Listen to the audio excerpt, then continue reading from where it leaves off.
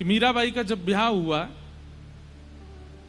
तो पहले तो मेड़ता में भीड़ लगती थी मीराबाई को देखने की, और भीड़ किनकी लगती थी? संतों की भीड़ लगती थी। जिन संतों को देखने के लिए दुनिया जाती है वे संतजन मीराबाई को देखने आते थे। तो जब मीराबाई का विवाह हो गया तो मेवाड़ में भीड़ होने लगी। तो एक दिन कुंवर भोजराज जिनसे विवाह हुआ वो खिड़की पे खड़े खड़े नीचे देख रहे थे राजभवन की। तो देखा इतनी असंख्य भीड़ संतों की लगी है और सब टकटकी लगा करके देख रहे। बोले हमें पता चली मीराबाई का कमरा यही है, वो इसी खिड़की से देखती हैं कभी कभी। तो जैसे ही मीराबाई खिड़की खोलती ना तो नीचे से सब संत आनंदित होकर के कहते जय हो जय हो जय हो जय हो, आनंदित हो गए। तो मीराबाई कान पकड़ती, ऊपर से दंडवत करती, सब संतों पर पुष्प वर्षा करती, ऊपर से आरती करती संतों की। तो कुंवर भोजराज सोचते कि पता नहीं चलता है कि मीरा इनकी पूजा करती है कि ये मीरा की पूजा करते हैं। एक दिन भोजराज गए और संतों से जाकर के ऐसे ही बीच में बैठ करके पूछने लगे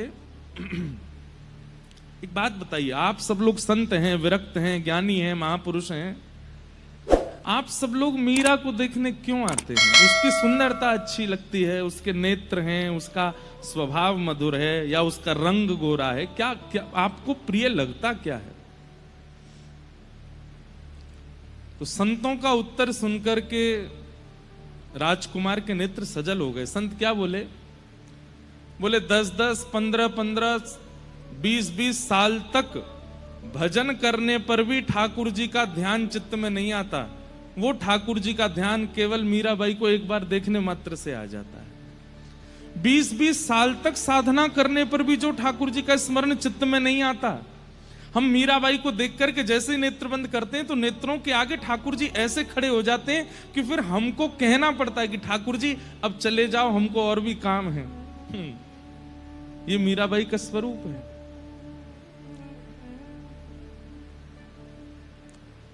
तो विचार कीजिए, उन संतों के, उन महापुरुषों के दर्शन कैसे रहे होंगे जिनका हम श्रवण सुन करके आनंदित हो जाते हैं, पवित्र हो जाते हैं।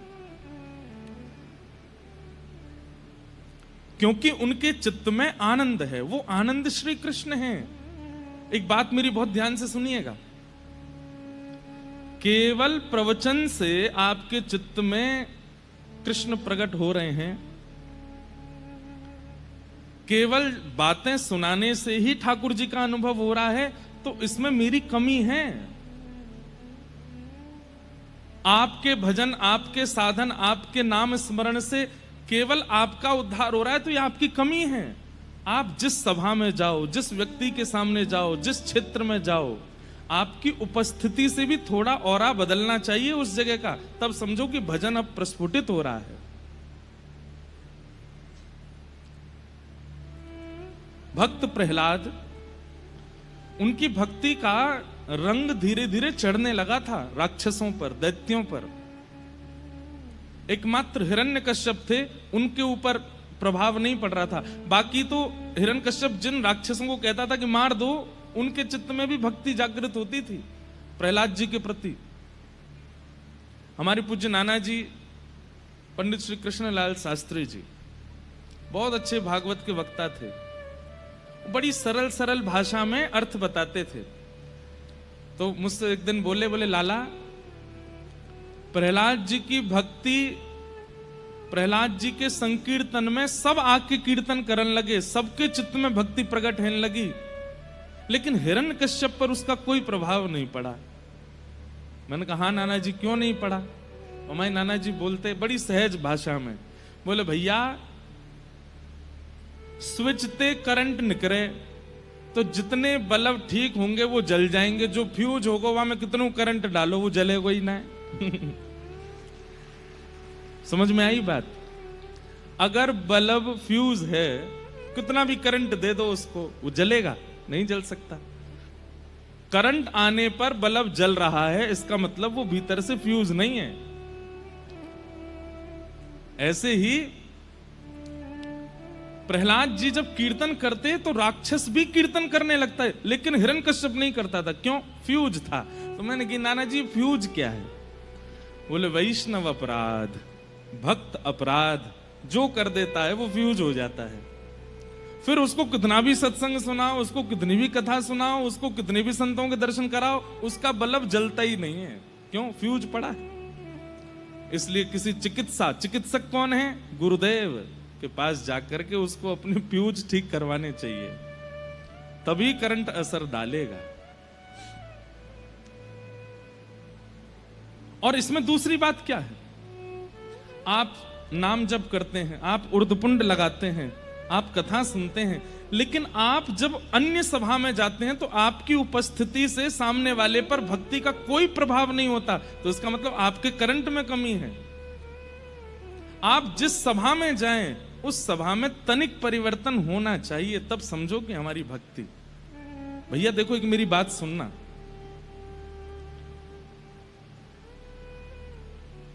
जैसे कोई व्यक्ति बहुत अच्छा भोजन बनाना जानता है, वो अगर आपके सामने आता है तो कई बार भोजन को देखे बिना ही मुंह में पानी आ जाता है। उस व्यक्ति को देख, अरे भैया आप चाट बल्ला बहुत अच्छा बनाते हो, आपको देखते ही मुंह में पानी आ गया, कुछ बना दीजिए। उसकी कितनी योग्यता कि उसकी उपस्थिति से भल्ला याद आ जाता है। ऐसे ही अत्यंत धनवान व्यक्ति को देखते हैं तो उससे कुछ धन की याचना करने की इच्छा प्रकट हो जाती है। तो फिर भक्त को देख करके सामने वाले के चित्त में भक्ति क्यों नहीं उत्पन्न होती? इसका मतलब क्या है कि उसमें ही अभी भक्ति का बीज इतना श्रेष्ठ रोपण हुआ नहीं है। नहीं तो वो जहां जाए, जहां उपस्थित हो जाए, जहां खड़ा हो जाए, जिस सभा में पहुंच जाए, उसके रूप मात्र से, उसकी स्थिति मात्र से सब में भक्ति का संचार होने लगे। मीराबाई सुंदर, इतनी सुंदर थी कि उनके सामने बड़ी बड़ी राजकुमारियां भी अपने मुख को ढक लेती थीं। सुंदरता की खान मीराबाई। लेकिन उनकी सुंदरता देख करके किसी के चित्त में काम प्रकट नहीं होता था, बल्कि जिसके चित्त में काम है नष्ट और हो जाता था। ऐसी सुंदरता। और ये सब कब होता है? आपकी उपस्थिति, आपका रूप, आपका बोलने का ढंग, आपका व्यवहार, आपके विचार सामने वाले में परिवर्तन लाएंगे। कब? जब हृदय में आनंद श्री कृष्ण प्रकट होंगे। सुबह उठते ही सबसे पहले अपने बिस्तर पर ही बैठ करके नेत्र बंद करो। जय श्री गोविंद देव प्रभु की जय हो, श्री गोपीनाथ प्रभु की जय हो, श्री राधा मोहन प्रभु की जय हो, श्री राधा गोपीनाथ की जय हो, श्री राधा रमण लाल की जय हो, श्री राधा वल्लभ लाल की जय हो, श्री जुगल किशोर लाल की जय हो, श्री वृंदावन बिहारी लाल की जय हो, प्यारे गिरधर लाल की जय। बस प्रसन्न हो करके फिर अपने दिन को प्रारंभ। आ गए आनंद श्री कृष्ण चित्त में। उठते ही आनंदित होकर के उठिए।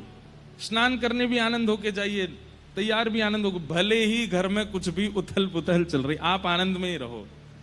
2-4 दिन आपको प्रयास करना है, 5वें दिन से अपने आप नियम बन जाएगा। अरे कहां तक कहें, नित्य सप्तनिधियों का स्मरण करके आप उठना प्रारंभ करेंगे ना, तो 10, 15, 20, 1 महीने में ऐसा होगा सप्तनिधि ही आकर के उठाएंगे स्वप्न में। अरे उठ जा, वो रह गई है।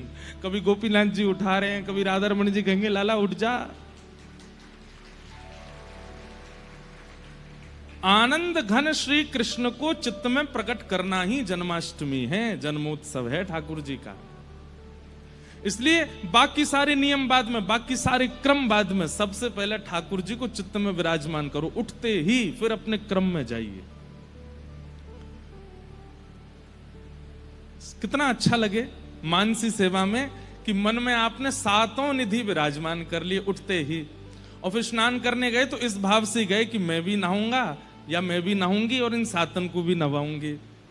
वो भी स्नान कर रहे हैं, तो स्नान करते समय भावना क्या है कि हाथ में शंख है और हाँ गोपीनाथ जी स्नान कर रहे हैं, राधा रमण जी स्नान कर रहे हैं, राधा वल्लभ जी स्नान कर रहे हैं। उसके बाद जब स्वयं वस्त्र पहने तो थोड़ी देर नेत्र बंद करके भावना रख ली कि मेरे चित्त में बैठे आनंद घन सप्तनिधि भी वस्त्र धारण कर रहे हैं। राधा रमण जी ने लाल पोशाक पहनी है, गोविंद देव जी ने पीली पोशाक पहनी है, बिहारी जी तो आज मुकुट पहनने हैं, श्वेत बिहारी जी तो लहंगा पहने, किशोरी जी की प्रसादी पहनते हैं। हमारे बिहारी जी किशोरी जी की प्रसादी पहनते हैं, इसलिए लहंगा में ही रहे। मैं साल में केवल एक दिन ठाकुर जी पजामा पहनते हैं, जामा पहनते हैं। कब?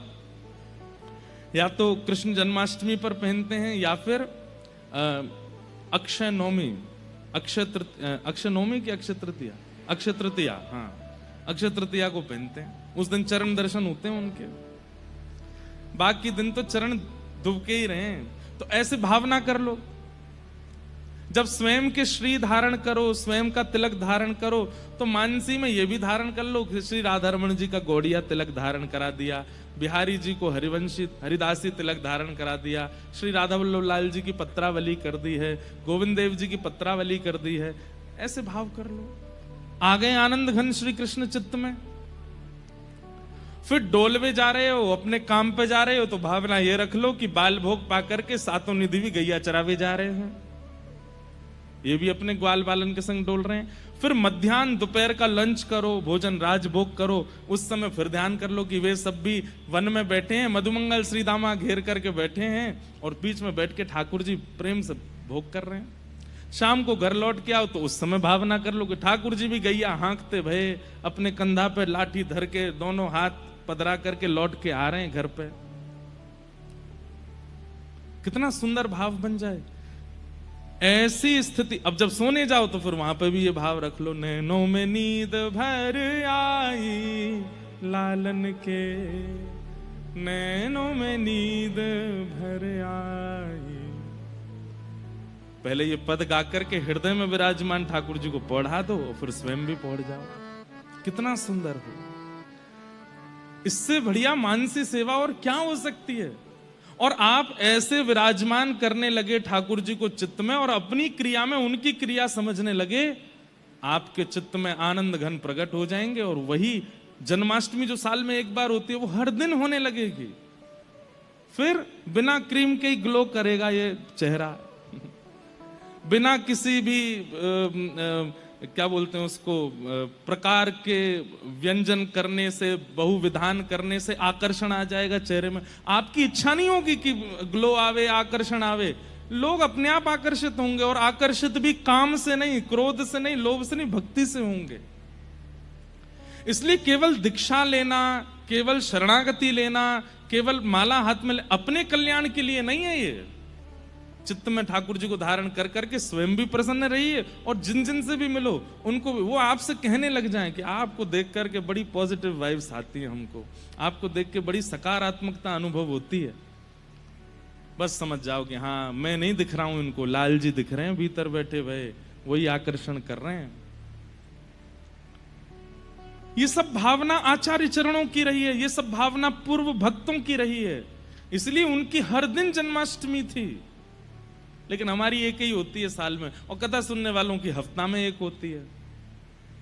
पर हर दिन कृष्ण को प्रकट करो चित्त में, हर दिन निकलिए, हर दिन जन्माष्टमी की तरह उत्साह में रहिए। आप लोग जब हम कोई पद गाते हैं इतना नाचते हैं, इतना आनंद लेते हैं, जैसा आनंद यहां हो रहा है वैसा आनंद पूरे जीवन में हो जाए, तब मानिए कि अब भक्ति के पथ पर हैं हम। ये भक्ति का पथ है। हम तो कह रहे हैं यहां से घर भी कूदते कूदते ही जाया करो जय राधे राधे, ऐसे ही जाया करो कूदते कूदते, बस में, रिक्शा में, मेट्रो में। मेट्रो वाले कहेंगे भाई कहां के वृंदावन के बंदर आ गए दिल्ली में एक बात और, सिगरेट पीने वाले को खुले में पीने में शर्म नहीं आती, मद्यपान करने वाले, भक्ष खाने वालों को खुले में सब करने में शर्म नहीं आती। और अब तो हमारी महान दिल्ली में प्रिया प्रियतमों को खुले में मिलने में बिल्कुल भी लज्जा नहीं होती। तिलक लगाने में इतनी लज्जा क्यों? ये वैष्णवों को लज्जा क्यों आती है वैष्णवता धारण करने में? जो ये सब व्यसनी क्रम करते हैं उनको बिल्कुल भय नहीं लगता कि लोग हमको टोकेंगे, फिर वैष्णवों को भय क्यों लग जाता है? अभी एक भैया, अभी यहां नामकरण कर रहे थे सबका, तो एक भैया नहीं आए तिलक लगा के, तो पंडित जी टोके, आपने तिलक नहीं लगाया, दीक्षा हो गई। ऑफिस से आया अभी, तो क्यों ऑफिस में क्यों नहीं लगा के गए? ज्यादा ही टोका टाकी होती है, आपको उससे पीड़ा होती है, तो श्री संग ही रखो। जब लगे कि अब बस निकले हैं ऑफिस से कॉलेज, तुरंत लगा लीजिए। बिना तिलक के रहे नहीं। ये तिलक नहीं है, ये स्वयं श्री जी हैं, ये स्वयं किशोरी जी हैं। अब आप किशोरी जी को चित्त में तो बुलाना चाहते हैं, किशोरी जी की आराधना तो करना चाहते हैं, पर उनको धारण करने में आपको लज्जा के, ये तिलक स्वरूप मान करके धारण मत कीजिए इसको। ये स्वयं किशोरी जी हैं, इनको श्री कहा जाता है। हमारे गौड़िया वैष्णव धारण करते हैं, वो तुलसी धारण करते हैं ठाकुर जी के चरणों के साथ। अब भगवान के चरण धारण करने में लज्जा, तो फिर भक्ति क्यों कर रहे हैं हम? ये भैया ये सब नंदोत्सव के प्रतीक हैं। तिलक धारण करना, हृदय में मानसी में श्री ठाकुर जी की सेवा करना, नित्य भगवान नाम में रमित रहना, जीवन की कैसी भी परिस्थिति आ जाए आप प्रसन्न ही हो ऐसे रहना, ये सब नंदोत्सव के प्रतीक हैं। ऐसे रहिए। ये नंदोत्सव एक ही दिन नहीं होना चाहिए, हर दिन होना चाहिए। तब आपको गाने का अधिकार है। नंद घरा नंद भयो जय कन्हैया लाल की, नंद घरा नंद भयो जय कन्हैया लाल। हे मन में आनंद भयो जय कन्हैया लाल की, मन में आनंद भयो जय कन्हैया लाल की। ओ जय कन्हैया लाल की, जय कन्हैया लाल की, जय कन्हैया लाल की, जय कन्हैया लाल की, जय कन्हैया लाल की, जय यशोदा लाल की, जय कन्हैया लाल की, जय यशोदा लाल की। हो नंद घरा नंद भयो जय कन्हैया लाल की, नंद घरा नंद भयो जय कन्हैया लाल की। कितना अच्छा लगे ऑफिस जाने से पहले माताजी पिताजी को बीच घर के आंगन में खड़ा करके हाथ पकड़ के घूम रहे हैं और गाते हुए जा रहे हैं।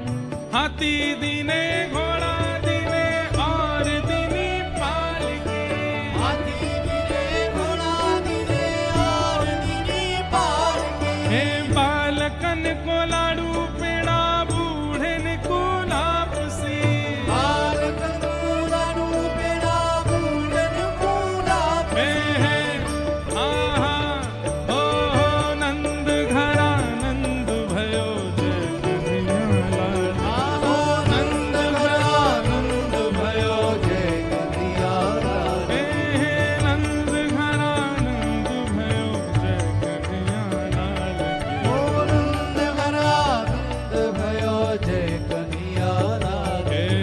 राधा रमण लाल की, श्री राधा वल्लभ लाल की, राधा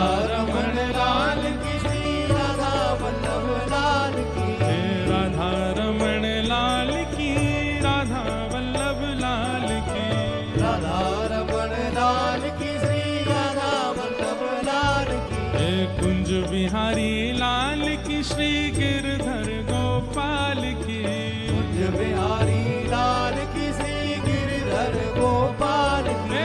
कुंज बिहारी लाल की, श्री गिरधर गोपाल की, कुंज बिहारी लाल की, श्री गिरधर गोपाल की। प्यारे राधा प्रिया लाल की, श्री कुंज बिहारी लाल की, प्यारे राधा प्रिया लाल की, श्री कुंज बिहारी लाल की।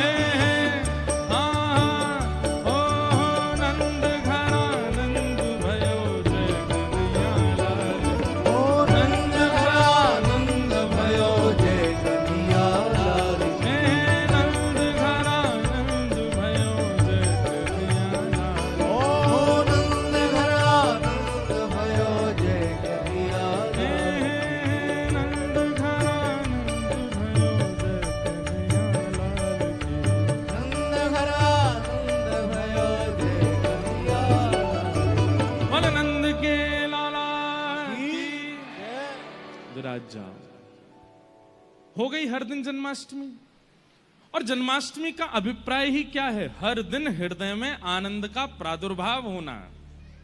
और क्षमा कीजिएगा, आलू पराठा खाने से आनंद नहीं आता, सुख मिलता है। हमारे पूज्य पिताजी कहते हैं, लोग कहते हैं रसगुल्ला खाया आनंद आ गया, आनंद नहीं आया, वो रसगुल्ला खाने से सुख मिलता है, कचौड़ी खाने से सुख मिलता है, छोले भटूरे खाने से सुख मिलता है। उसको सुख क्यों कहते हैं? क्योंकि उसकी एक मात्रा है, उसके अधिक सेवन से आपको सुख नहीं मिलेगा। एक सीमित है, सीमित से ज्यादा जैसे ही आप उसका उपभोग करोगे तो वही वस्तु आपको कष्ट देने लगेगी, और जिस वस्तु से कभी ना कभी कष्ट मिलेगा वो आनंद नहीं हो सकती। ध्यान से सुनिएगा, जिस वस्तु से कभी ना कभी कष्ट मिल सकता है वो आनंद नहीं हो सकती।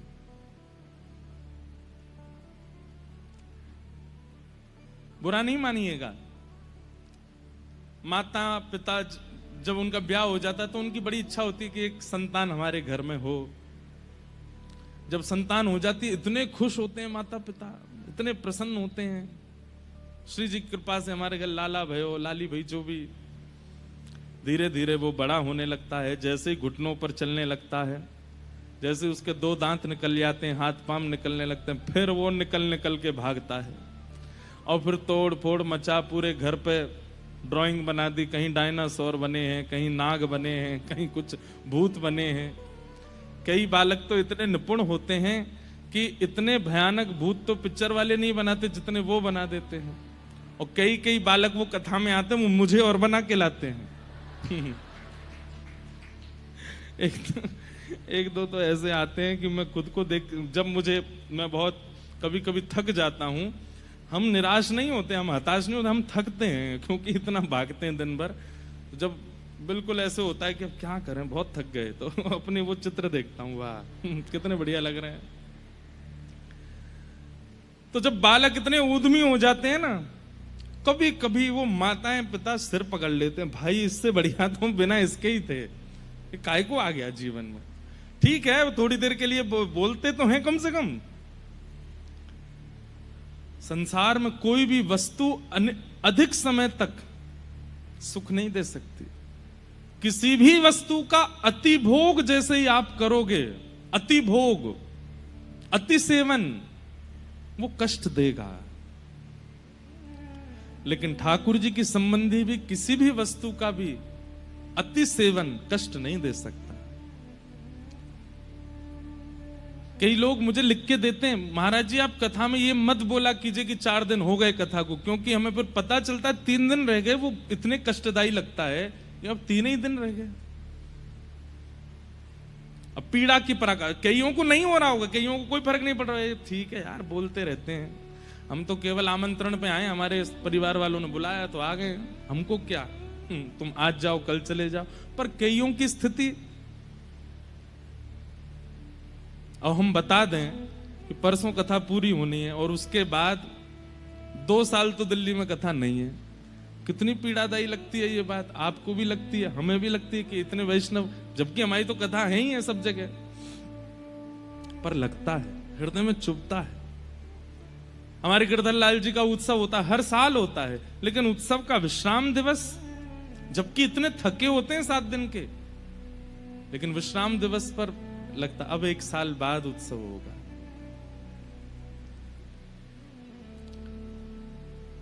एक बात और कहें, जन्मदिन होता है ना लोगों का, ये जन्मदिन भी 25 की उम्र तक ही अच्छे लगते हैं, और जो 25 के नहीं हुए हैं वो अभी देख लेना, 25 के बाद जब 26वां जन्मदिन आएगा ना, अच्छा नहीं लगेगा। 27वें जन्मदिन में हो गए, ठीक है यार ये तो कोई ऐसा, जैसे मतलब अच्छा तो लगता है, पर बचपन में जैसा एक्साइटमेंट होता था वो खत्म होने लगता है, धीरे धीरे कम हो जाता है। लेकिन ठाकुर जी के संबंध का, अब जन्माष्टमी, कभी एक्साइटमेंट उसमें कम नहीं होता। 80 बरस के हो जाओगे तो भी सुख ही मिलेगा। क्यों? क्योंकि वो सुख नहीं है, वो आनंद है। जिसका अति सेवन पीड़ा ना देता हो वो श्री कृष्ण है। ऐसे श्री कृष्ण नंद भवन में आज प्रकट हुए हैं। नंदस्त्वात्मज उत्पन्ने जाता ह्लादो महामना आहूय विप्रान् वेदज्ञान स्नातः शुचिरलंकृतः वाचयित्वा स्वस्तेनं जातकर्मात्मजस्य वै कारयामास विधिवत् पितृदेवार्चनं तथा।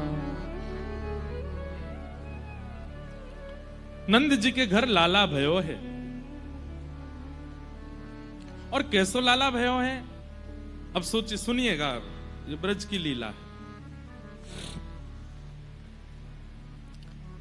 ब्रजवासियों ने, एक तो होता है कि आपने बालक का दर्शन किया, बालक को देख लिया और उसकी सुंदरता देख करके आप आनंदित हो गए।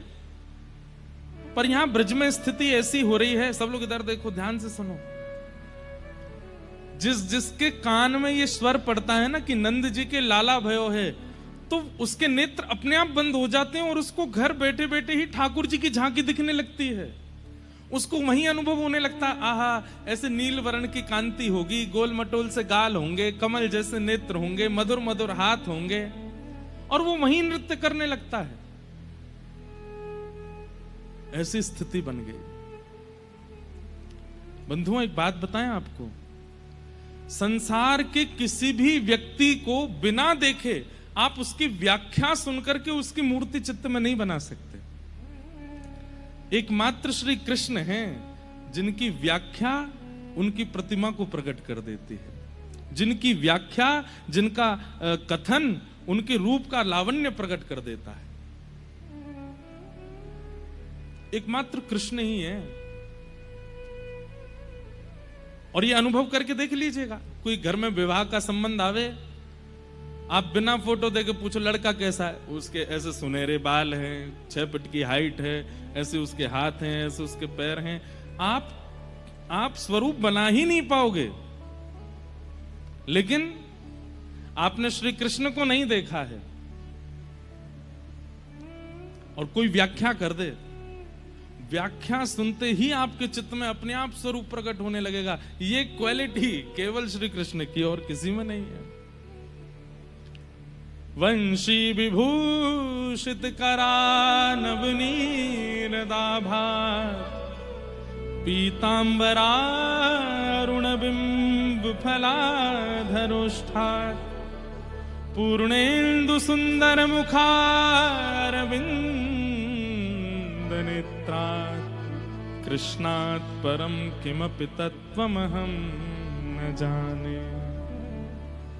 वंशी विभूषित करा, बोले कैसे हैं श्री कृष्ण? जिनके कर में यानी कि हाथ में वंशी विभूषित होती है, सुशोभित होती है, पीतांबर धारण करते हैं, नवनील दाभात, उनका श्रीअंग कैसा है? बोले जैसे कोई नीला गहरा पानी हो, ऐसा रंग है ठाकुर जी का। उसके ऊपर पीतांबरी पहनते हैं। और ठाकुर जी की पीतांबरी कैसी है? हमारे श्री ठाकुर जी पीले वस्त्र पहनते हैं, लेकिन पीले भी झीने पहनते हैं।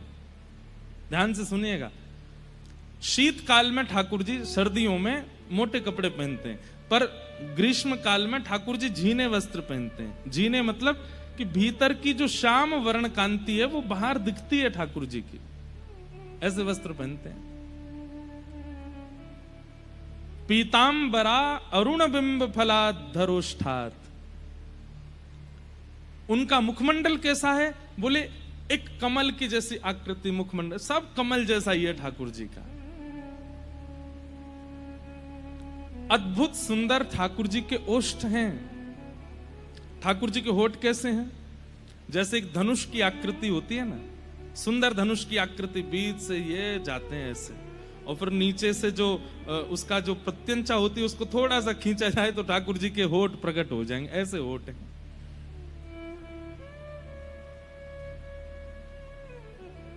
पूर्णेन्दु सुंदर मुखा, जैसे कोई पूर्णिमा का चंद्रमा दिखता है, ऐसे ठाकुर जी का मुखमंडल आकर्षित करता है अपनी ओर।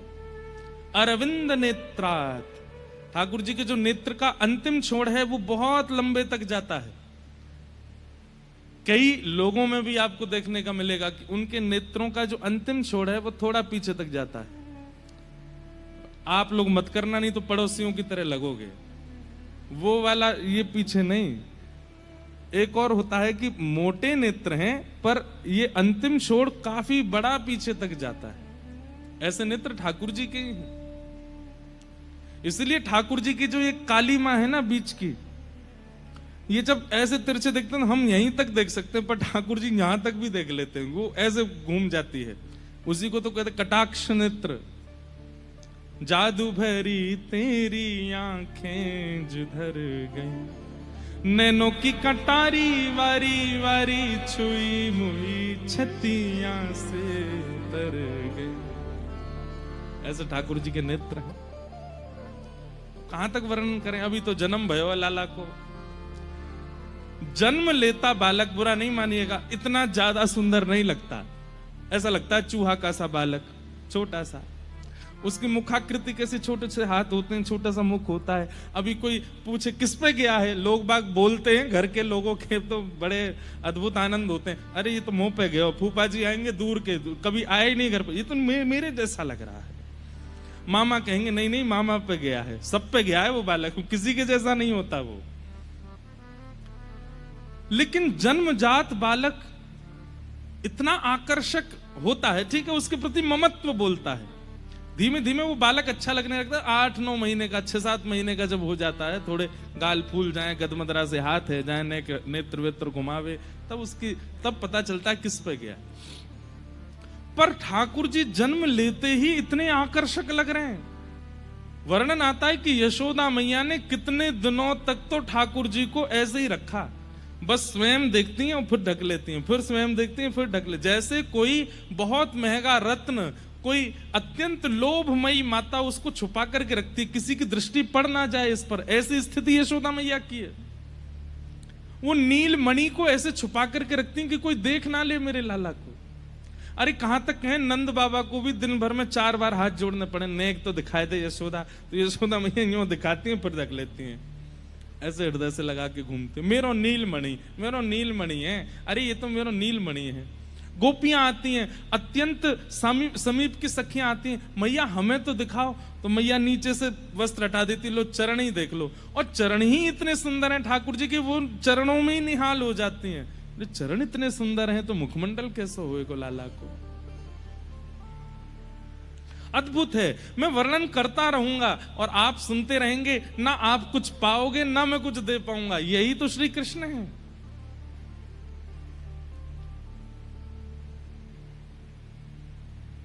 ब्राह्मणों ने जाकर के स्वस्ति वाचन किया, ठाकुर जी को आशीष प्रदान किया। सब ब्रजवासी बड़े आनंद में नाच रहे हैं, निमग्न हो रहे हैं।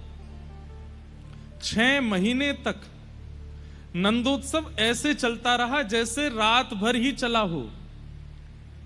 6 महीने ऐसे व्यतीत हो गए जैसे एक रात्रि निकल के गई हो। ये स्वभाव है संसार का कि यहां कष्ट के क्षण बहुत लंबे लगते हैं और आनंद के क्षण चुटकी के समान लगते हैं, जल्दी जल्दी निकल जाते हैं। लेकिन फिर भी हम जितना भी आनंद अनुभव करते हो, घर में ब्याह हो रहा है, 4 दिन का फंक्शन चल रहा है, तो 4 दिन जैसे ही पूरे होते हैं ना, तो फिर सब लोग बात करते हैं, ऐसा लगा कि अभी तो शुरू हुआ था, अभी पूरा हो गया। लेकिन यहां 6 महीने निकल गए। इतना लंबा समय किसी हम लोगों को अनुभव नहीं होता। 6 महीने बाद ग्वाल बाल आपस में चर्चा करते हुए कह रहे हैं, भैया रात भर है गई नाचते नाचते, देख तो ले नंद को लाला कैसो है। तब कोई आके बोलो रात भर ना नाचे, 6 महीना निकल गए। बोले 6 महीना निकल गए। हाँ, सोचो आनंद की क्या स्थिति रही होगी। भागवत जी में वर्णन आता है, अवाद्यंत विचित्राणी वादत्राणी महोत्सवे। बोले कैसा महोत्सव मनाया नंद भवन में। पहली बात तो कोई भी बुरा नहीं मान रहा है, किसी के ऊपर चढ़ रहे हैं, किसी के वस्त्र फाड़ रहे हैं, किसी को उठा के फेंक रहे हैं, किसी के ऊपर नाच रहे हैं, कोई बुरा नहीं मान रहा है, सबको सुख ही मिल रहा है। कोई किसी और के साथ में जैसे आनंद की चरम स्थिति होती है कि दूसरे को परेशान करो, लेकिन यहां परेशान होने वाला भी कह रहा, अरे तो जितनो है सके कल ले भैया, नंद जी के लाला भयो तो कू बधाई। पहली बात। दूसरी बात, किसी को भोजन की सुध नहीं है। इन 6 महीनों में ब्रजवासियों ने क्या खाया ये उनको खुद नहीं पता। प्यास कब लगी है, पानी कब पिया है, इसका भी उनको भान नहीं है। सोए कब है ये पता नहीं है। और ये जितने भी संगीत के साज हैं, इनका तो एक समय है, उतनी देर ही बज सकते हैं। तो बोले 6 महीने तक फिर क्या बज रहा था? तो कहते हैं हमारे वेदव्यास जी महाराज, अवाद्यंत विचित्राणी। बोले विचित्र विचित्र वाद्य बज रहे हैं। कैसे?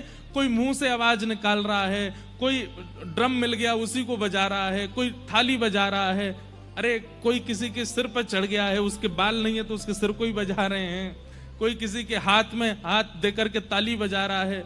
ऐसे विचित्र विचित्र वाद्य बजा रहे हैं और सब गा रहे हैं, नंद घनानंद भयो जय कन्हैया लाल की। दही की कीच भई है और वह दही के बीच में कमर कमर तक दही फैलो है, और वह दही के बीच में श्री नंद बाबा को खड़े करके और अपने अपने पटकान से पटका बांध करके नंद बाबा को बीच में पकड़ के, एक तरफ ब्रजवासी खड़े है गए, दूसरी तरफ ब्रजवासी खड़े है गए, और बीच में नंद बाबा को ही मानो जैसे मंदिराचल पर्वत बना करके घर्षण कर रहे हैं। और नंद बाबा के मुख से जब बधाई हो शब्द निकलता है तो मानो जैसे मंदिराचल पर्वत को देवता घर्षण कर रहे हैं और उसके भीतर से अमृत प्रकट हो रहा हो, ऐसे आनंद प्रकट हो रहे हैं। देवी देवता आकाश मार्ग से आ रहे हैं ठाकुर जी का दर्शन करने के लिए। इतने में ही वृषभानु जी आ गए। और वृषभानु जी कैसे आए? अनेक ब्रजवासियों को लेकर के आए, सबके सिर पर बड़े बड़े थाल हैं और उन थालों में सामग्रियां रखी हुई हैं। वृषभानु जी और नंद बाबा जब अपने युवा काल में जमुना जी में स्नान करते थे तो हाथ पकड़ के डुबकी लगाते और मनोकामना मांगते, हमारी गैया स्वस्थ है जाएं, हमारी गैयान को सब मंगल है जाए, ब्रजवासी सब मंगल में है जाएं, हे यमुना मैया आप सदा यूं ही ब्रज में बहती रहो।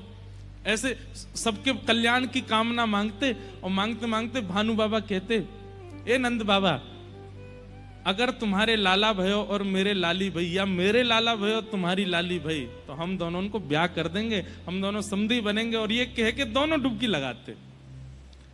आज जब नंद बाबा के लाला भयो, तो ब्रज में 2 पक्ष हैं। एक पक्ष तो है कि लाली 1 साल पहले भई है, पर एक पक्ष है कि लाली 1 साल बाद भई है। कई जगह बधाइयां आती हैं, उन बधाइयों में ऐसा वर्णन आता है कि यशोदा मैया लाला को लेके आई हैं किशोरी जी के जन्म होने पे, तो उससे ये बात सिद्ध होती है कि ठाकुर जी पहले आए हैं। पर कई पक्षों में ऐसा वर्णन आता है कि किशोरी जी का पहले। अब हमको क्या, हम दोनों में राजी हैं, चाहे श्री जी पहले आई हो चाहे श्री जी, अच्छा श्री जी बाद में भी आई हो तो भी हमारे माई श्यामा जू को। कहीं अगर ये पक्ष है कि 1 साल पहले किशोरी जी जन्मी इसलिए उनका राज चलता है, ऐसा नहीं है। वो 10 साल बाद भी जन्मी होती तो भी चलती श्री जी की ही, ठाकुर जी की ना चलेगी, चलेगी हमारी किशोरी जी की। तो कहते हैं कि वृषभानु बाबा की अभी लाली भई नहीं है, और भानु बाबा खूब सारी बधाई लेकर के आए। नंद बाबा बोले, अरे भैया, अरे मेरे मित्र परम सखा आए हैं, भानु बाबा आप बधाई लेके आए हो। भानु बाबा बोले, बधाई बधाई ना लेके आयो मैं तो, बोले टीको करवे आया हूं लाला को, सगाई पक्की करवे आया हूं। जन्म लेते ही ठाकुर जी की सगाई हो गई।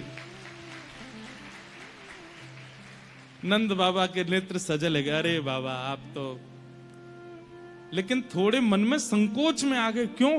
बोले भानु बाबा की लाली तो भई नहीं है अभी तक, और ये टीको लेके आ गए। वृषभानु जी तो बड़े आनंद में सब सामग्री पधराते जा रहे हैं। ये हमारे जमाई के काजे ये लेके आए हैं, जमाई के काजे, छोटे से जमाई हैं, अभी पाम भी ना उठे उनके। छोटे से जमाई की धोती आई है, बगलबंदी आई है, टोपा आयो है।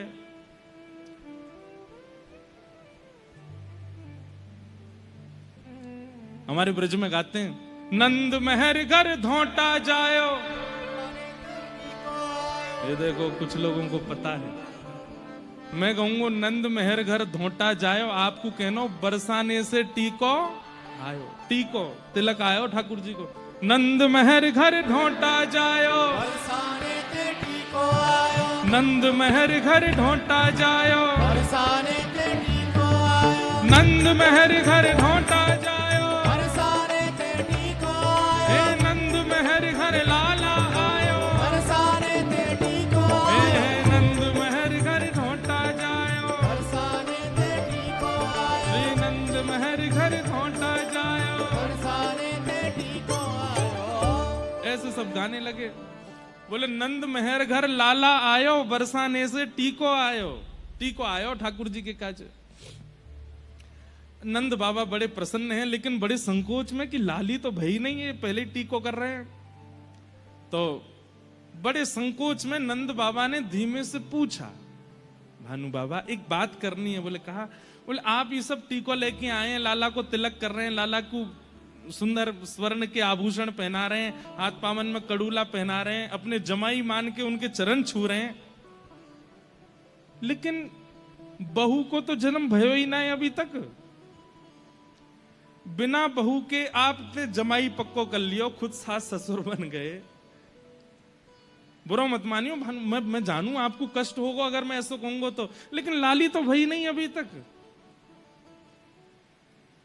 भानु बाबा बोले, ए नंद बाबा, हमको ऐसी उड़ती उड़ती खबर लगी है कि तुम्हारो लाला जो है ये साक्षात नारायण ही आयो है, और नारायण को यदि हम तिलक कर जाएंगे, नारायण तो परब्रह्म है, परब्रह्म तुम्हारो लाला नहीं है लेकिन परब्रह्म समान है ना। अगर हम परब्रह्म समान को तिलक कर जाएंगे, पहले ही सास ससुर की पदवी पर आ जाएंगे, तो फिर परब्रह्म को सोच करके अपनी बहू हमारे यहां भेजनी पड़ेगी। हमारे हम पहले ही तिलक कर रहे हैं। लाली ना है भाई, लेकिन टीको करके जाएंगे तो लाली को आनो पड़ेगा। और हम बताएं आपको एक बात, नंद बाबू बोले कहा, बोले आपके यहां लाला है वे ते हमारे बरसाने में इतना आनंद है क्योंकि हम अब पक्को कर गए हैं कि हमारे यहाँ लाली ही आवेगी। क्योंकि ये तो निश्चित हो, लाली आपके यहाँ आती तो लाला हमारे यहाँ आतो, लेकिन लाला आपके यहाँ आए हो तो निश्चित है कि लाली हमारे यहाँ ही आवेगी। ये बड़ी अंतरंग चर्चाएं हैं हमारे ब्रज के भाव की। और फिर एक साल बाद जब किशोरी जी का प्रादुर्भाव हुआ तो यशोदा मैया गई और अपनी गोद में ऐसे लाला को किनारे पर दबाए के लेके गई हैं।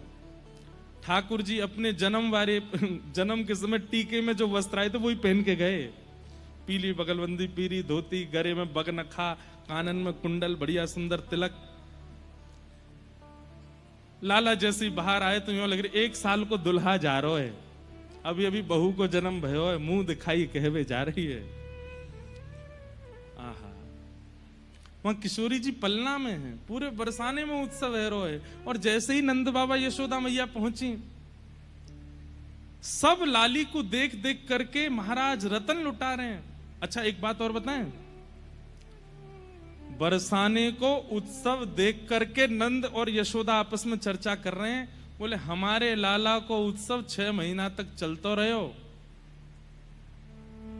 रास्ता में पहले तो चर्चा हेती आ रही कि हमारे जैसा उत्सव ना करेंगे वृषभानु जी, लेकिन जैसे ही बरसानो आने वारो है, दूर ते ही चंदन की सुगंधी आ रही है, केसर की सुगंधी आ रही है, इत्र की सुगंधी आ रही है। नंद बाबा कह रहे हैं, अरे भैया इतनी सुंदर सुगंधी कहां से आ रही है? बोले कि बरसाने तैयार। अरे बरसाने तो अभी बहुत दूर है, तो सोच लो किलोमीटर दूर तक तो सुगंधी आ रही है, तो उत्सव कैसे है होगा?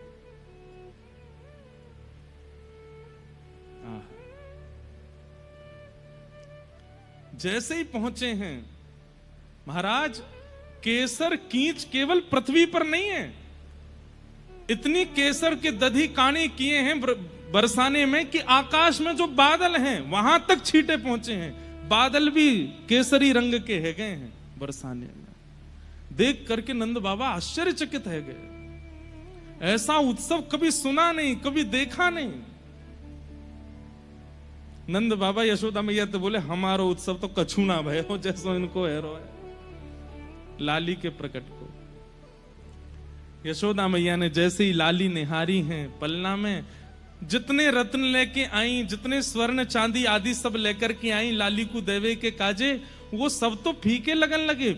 सब सखियां लाला के दें, लो मैया अर्पण कर दो, अरे रहन दे, ये या के लायक ना है, अरे या की उपमा के आगे फीके हैं, इनको किनारे कर दे, ये सब या के योग्य हैं ही नहीं। जबकि यशोदा मैया कोई सामान्य रत्न लेकर के नहीं आई हैं, लेकिन किशोरी जी की मुखाकृति के आगे सब फीके लगन लगे। यशोदा मैया बोली मुंह पे तो कुछ है ही ना कि मैं लाली को दे सकूं। तभी दृष्टि पड़ी, और दृष्टि ना पड़ी होगी तो बगल में बैठे लाला नोच गए होंगे, मुंह तो देख लो, मैं तो रत्न हूं। यशोदा मैया की दृष्टि पड़ी, हम भाई जी है मेरे हृदय को रत्न। तो लाला लेकर के किशोरी जी पे 8 बार वार करके लाला ही अर्पित कर दिए किशोरी जी के चरणन में। बोले जय ही है इनको।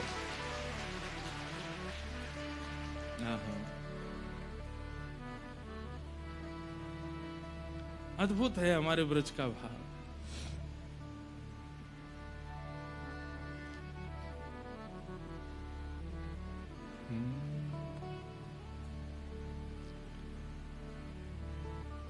अब दोनों युगल मिले तो एक पद तो गा ही दें कोई।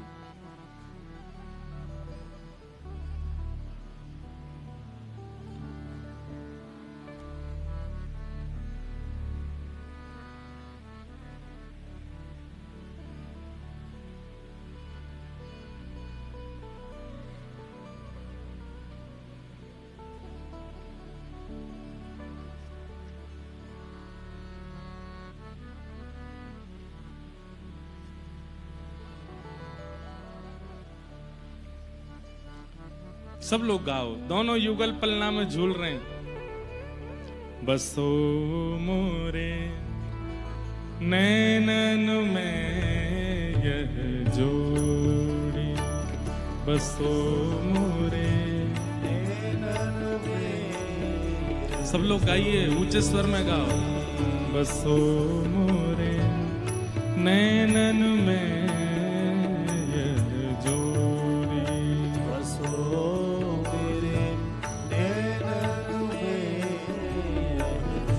सुंदर श्याम कमल दल लोचन, सुंदर श्याम कमल दल लोचन, सुंदर श्याम कमल दल लोचन, सुंदर श्याम कमल दल लोचन।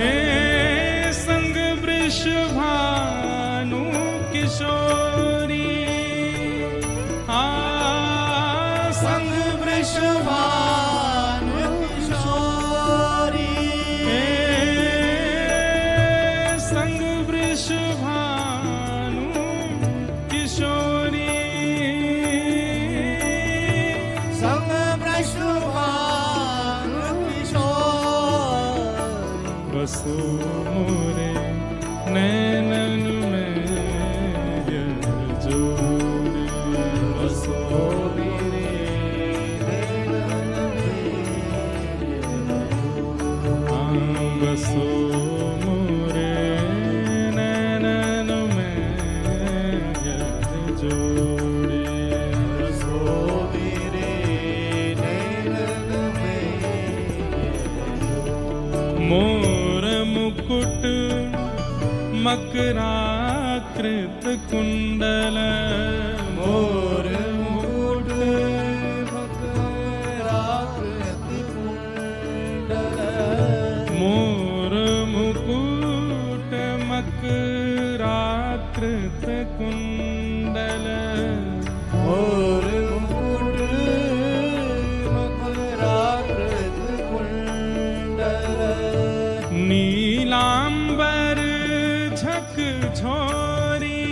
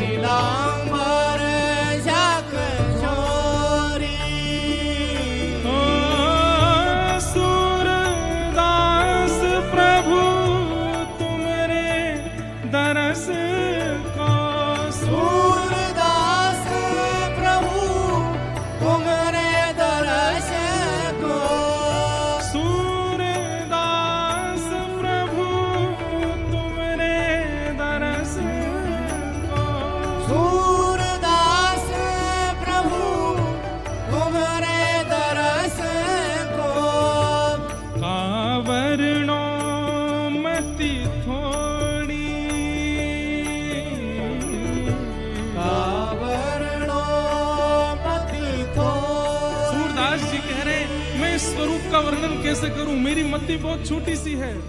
सूरदास प्रभु तुम्हारे दरस को, सूरदास प्रभु तुम्हारे दर्श को, कावरणो मति थोड़ी, कावरणो मति थोड़ी, बसो मोरे नैनन में रखजोड़ी, बसो नैनन में सुंदर श्याम कमल दल लोचन, सुंदर श्याम कमल दल लोचन, संग वृषभानु किशोरी, संग वृषभानु किशोरी, संग में राधा गोरी, सब में राधा गोरी, बसो